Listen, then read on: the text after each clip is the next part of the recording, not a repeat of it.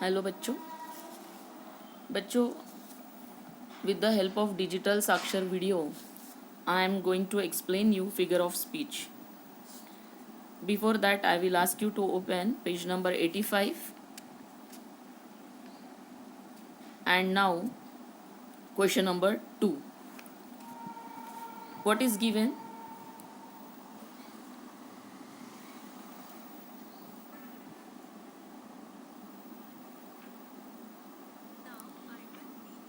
Something is written in the video, just have a look on it. Now, do you know what is the difference between simile and metaphor? In front of you, in question number 2, you can see these two figure of speech given. एक है simile और दूसरा है metaphor. तो आपको यहाँ पे simile और मेटाफर इनका डिफरेंस एक्सप्लेन किया गया हुआ.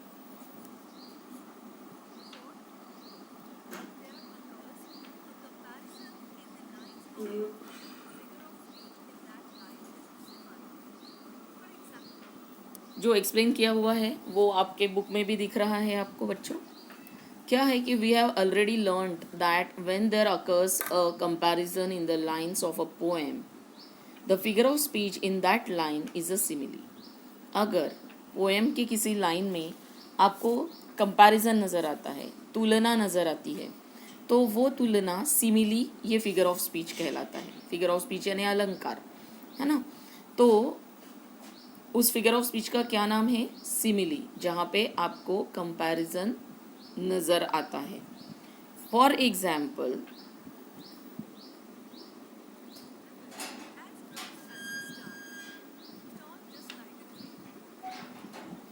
As bright as a star, tall just like a tree. तो जैसे as bright as a star, किसकी तुलना की है यहाँ पे? स्टार की. कि जितना स्टार ब्राइट होता है उतना ही, या tall just like a tree, या फिर ट्री के जैसा toll.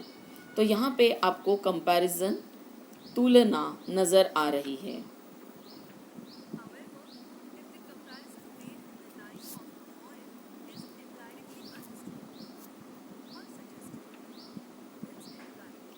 However, if the comparison, now see, however, if the comparison made in the line of a poem is indirectly understood or suggested or implied without using words as, just like, and so on, then the figure of speech is called a metaphor.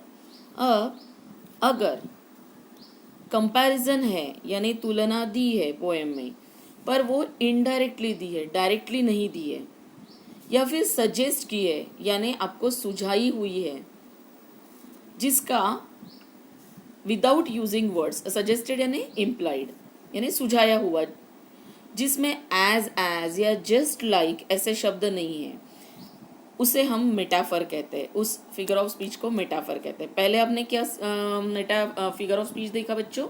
Simile, जिसमें as या just like ऐसे शब्दों से तुलना की जाती है, तो वो सिमिली कहलाता है.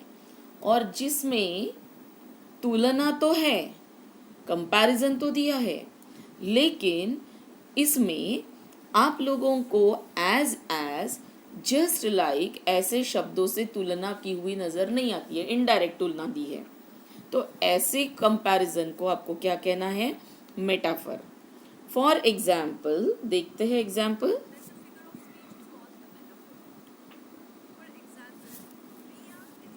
Riya is the star of our class. Life is a game. Play it well. Now, अब आप लोगों के पास दोनों ही एग्जाम्पल्स है, सिमिली के भी और मेटाफर के भी.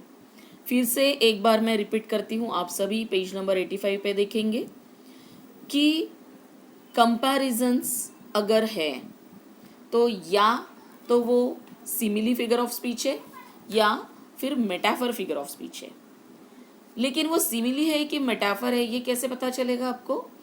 सिमिली में एज या जस्ट लाइक से कंपैरिजन दिया रहता है, और मेटाफर में ये दोनों शब्द या फ्रेज लिए बगैर कंपैरिजन होता है, लेकिन दोनों में ही कंपैरिजन है। सिमिली के लिए as bright as a star, जैसे एज में तुलना दी हुई है। Tall just like a tree, just like, इसमें हमको कंपैरिजन पता चलता है। तो ऐसे वर्ड्स अगर आए तो आपको उसे सिमिली, ये फिगर ऑफ स्पीच समझना है। और Riya is the star of our class, star के साथ कंपैरिजन किया, लेकिन एज या जस्ट लाइक ऐसा वर्ड नहीं लिया है, डायरेक्टली बोला है कि रिया जो है वो हमारे क्लास की स्टार है। या life is a game, play it well, life की तुलना गेम के साथ की है, पर एज या जस्ट लाइक वर्ड्स यूज नहीं किए हैं। तो यहाँ पे कंपैरिजन, तुलना नजर आती है, और जस्ट लाइक या एज वर्ड नहीं है, इसलिए ये मेटाफर कहलाता है। अब पेज नंबर 86 पे आप लोगों को इसी तरह से ये सिमिली है कि मेटाफर है, ये दिए हुए एग्जाम्पल से पहचानना है। फिर से एक बार ध्यान दीजिए, कंपैरिजन है, जस्ट लाइक या एज करके वर्ड यूज किए हैं या फ्रेजेस यूज किए हैं, तो आपको समझ जाना है कि ये सिमिली है। और कंपैरिजन दिए बगैर, कंपैरिजन दी है लेकिन एज और जस्ट लाइक ऐसे वर्ड्स नहीं हैं, तो वो मेटाफर कहलाता है। तो 2 मिनट के लिए आप लोग 86 पेज नंबर पे, इस वीडियो को मैं यहीं रोकी रखे हूँ, आप लोग क्या कीजिए कि सातों जो लाइन्स हैं उन्हें ध्यान से देखिए, और सिमिली है तो एस लिखिए, और मेटाफर है तो एम लिखिए। तो 2 मिनट में आप ये काम निपटाइए।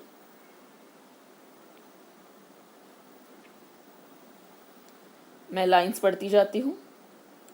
Twinkle twinkle little star, like a diamond in the sky,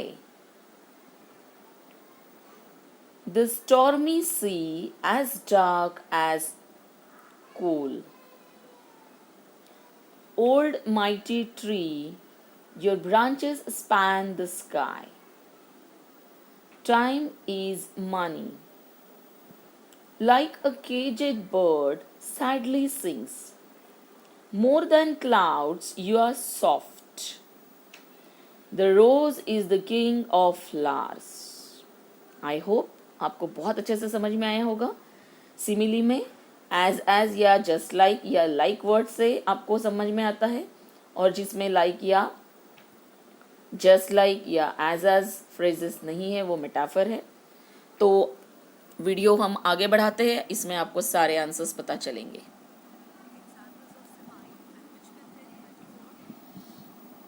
देखिए, Twinkle, twinkle, little star, like a diamond in the sky is simile. Like word है.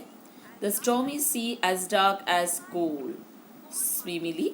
Old mighty tree, your branches span the sky. Metaphor. Time is money. Metaphor.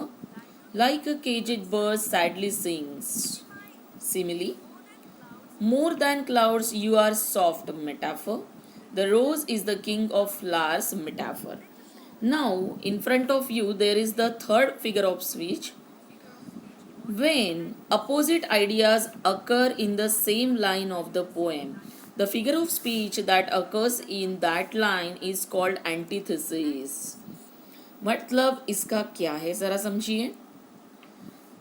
जब कोई दो opposite ideas आपके सामने एक ही line में आता है, तो वो फिगर ऑफ स्पीच कहलाता है एंटीथेसिस। जैसे black and white, up and down, good and bad, तो ये क्या हुआ, ये अपोजिट आइडियाज है।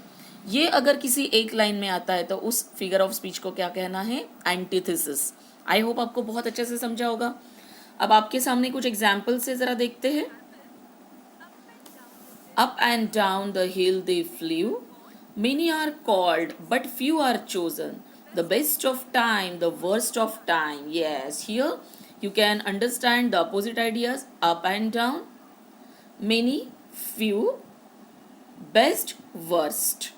तो इन वर्ड से आपको समझ में आता है कि यहाँ पे अपोजिट आइडियाज ली है, तो इसे हम क्या कहेंगे, antithesis. Now my dear students, I want you to open page number 89 and here you can have question number 7. Match the figure of speech figure of speech आपको मैच करनी है। फिर से मैं वो पढ़ूंगी और आप करेक्ट फिगर ऑफ स्पीच उसके सामने लिखिए और फिर हम लोग वीडियो आगे बढ़ाते हैं, जिससे आपको तुरंत आंसर्स भी पता चल जाएंगे। So have a look on page number 89, question number 7, the first sentence, friendship is a golden chain. अब ये सिमिली है, मेटाफर है कि एंटीथेसिस है, ये आपको समझना है। तो friendship is a golden chain, metaphor. अच्छा, मैं आंसर नहीं बताती हूँ, आप ये आंसर पहले देखिए। सेकेंड है that can't be bought or sold. Third है and like rare and precious jewel या jewel, for as long as memory lives, for friendship is a priceless gift. देखते हैं वीडियो आगे बढ़ाकर। Now friendship is a golden chain, metaphor, that can't be bought or sold, antithesis, and like a rare and precious jewel, simile, for as long as memory lives, simile, for friendship is a priceless gift, metaphor. I hope आप लोगों के सभी answers correct आए होंगे बच्चों। सो यहाँ पे हमारा फिगर ऑफ स्पीच पे जो वीडियो है वो फिनिश होता है। आप इस वीडियो को बार बार सुनेंगे तो आपको मेटाफर, सिमिली और एंटीथेसिस इसके बारे में पता चलेगा। अगर आपके क्वेश्चन नंबर 7 के बी कॉलम में आप एक और फिगर ऑफ स्पीच देख रहे हो, एलिटरेशन, तो मैं वो भी आपको एक्सप्लेन कर देती हूँ। एलिटरेशन क्या होता है? This is the repetition of sound, word और प्रोनाउंसिएशन इन वन लाइन। एक लाइन में अगर कोई साउंड रिपीट हुआ है या कोई वर्ड रिपीट हुआ है या प्रोनाउंसिएशन रिपीट हुआ है, यानी जैसे ब साउंड, बी से ब साउंड, जैसे किसी लाइन में है बैड बॉय इज गोइंग, तो ब एक से ज़्यादा बार रिपीट हुआ है तो आप उसे रिपीटेशन कह सकते हैं क्योंकि यहाँ पे साउंड रिपीट हुआ है। या जैसे ट्विंकल ट्विंकल लिटिल स्टार, तो यहाँ पे ट्विंकल ट्विंकल ये वर्ड या ये प्रोनाउंसिएशन रिपीट हुआ है ना, तो ये भी एलिटरेशन का एक बहुत ही सुंदर सा एग्जाम्पल है। तो हम लोगों ने जो पेज नंबर 86 पे फर्स्ट एग्जाम्पल देखा था, twinkle twinkle little star like a diamond in the sky, तो यहाँ पे अगर आपने सिमिली के साथ साथ एलिटरेशन इस फिगर ऑफ स्पीच को भी रेफर किया हो तो वो भी आपका करेक्ट है, क्योंकि एलिटरेशन कौन सा फिगर ऑफ स्पीच है? जहाँ पे साउंड, प्रोनाउंसिएशन या वर्ड्स रिपीट होते हैं। तो आई होप आपको ये सिमिली, मेटाफर, एंटीथेसिस और एलिटरेशन ये चारों प्रकार के फिगर ऑफ स्पीच समझ में आए होंगे। तो आने वाले पोएम्स में आपको इसी तरह से फिगर ऑफ स्पीचेस ढूंढने हैं और जैसे जैसे हमें नए नए फिगर ऑफ स्पीच पता चलेंगे आपको उसका एक्सप्लेनेशन मिलता रहेगा। Till now bye from me, just have practice करते रहिए बच्चों। Have a good day.